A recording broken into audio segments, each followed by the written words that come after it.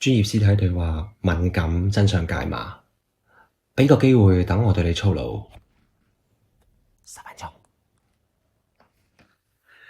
大家好，我係驗屍官，歡迎大家嚟到抽絲剝繭2.0。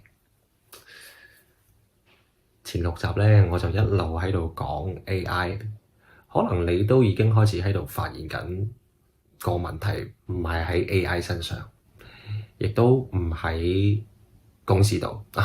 亦都甚至唔一定完全喺你自己個人身上嚇。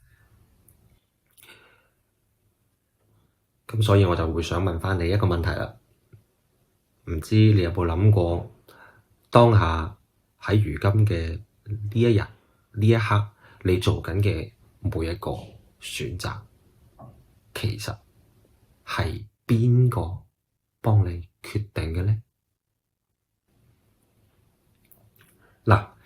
可能你會覺得所有嘅嘢咧都係由你自己親手去打識嘅，包括點樣去用 AI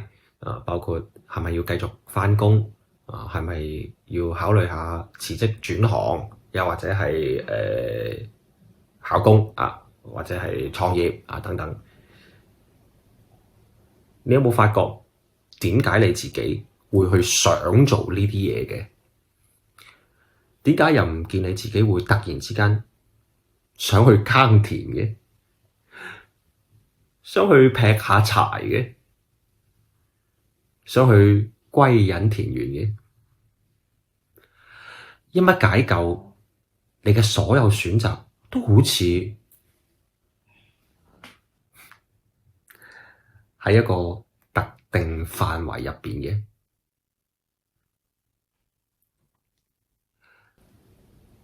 你可能覺得你自己真係有選擇嘅自由，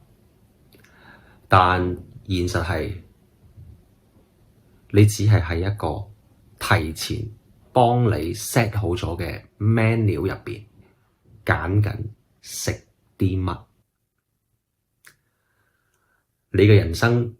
冇得揀，你每日見住嘅咁多嘅選擇同決定，只係今日食 A 餐定係 B 餐好呢？然而最關鍵嘅係呢張 menu 唔係你親手整嘅。可能咧你會以為呢個世界裏邊真係會有一個真實嘅你，每時每刻都喺度諗緊點樣去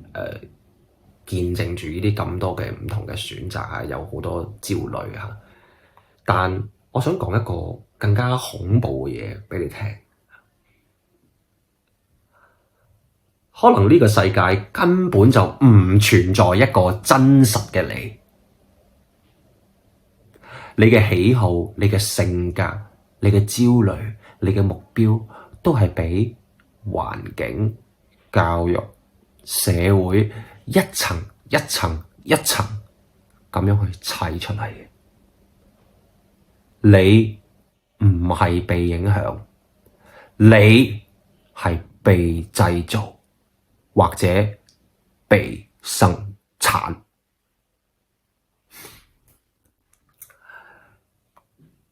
就眼睇，可能你會覺得而家嘅 AI 離我哋嘅生活好近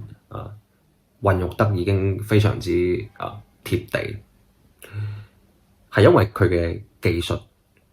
嘅傳播力或者叫做滲透力足夠強，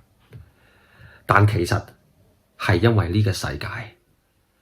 一早就已經培養緊一班必須要依賴住工具嘅人，然而你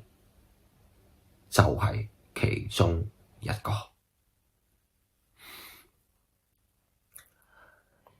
所以個問題唔係你能唔能夠去適應當下嘅 AI 嘅時代，而係我哋而家呢個時代又正正係用嚟生產你呢種人嘅系統。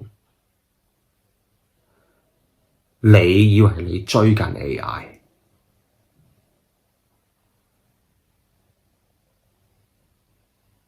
你係俾呢個社會 push 你，淨係可以追 AI。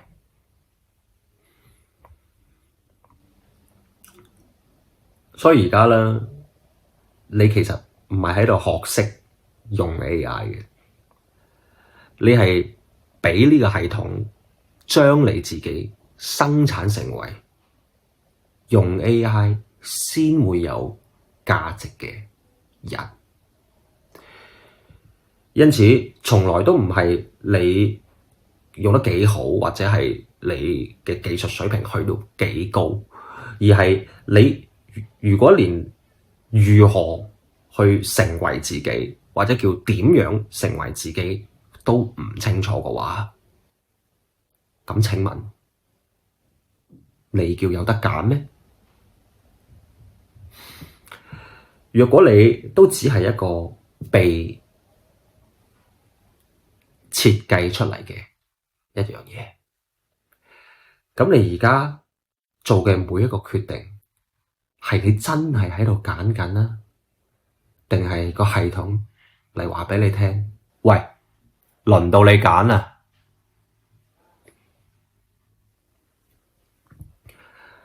我係驗屍官，呢度係抽絲剝繭2.0 AI 時代，我哋慢慢拆。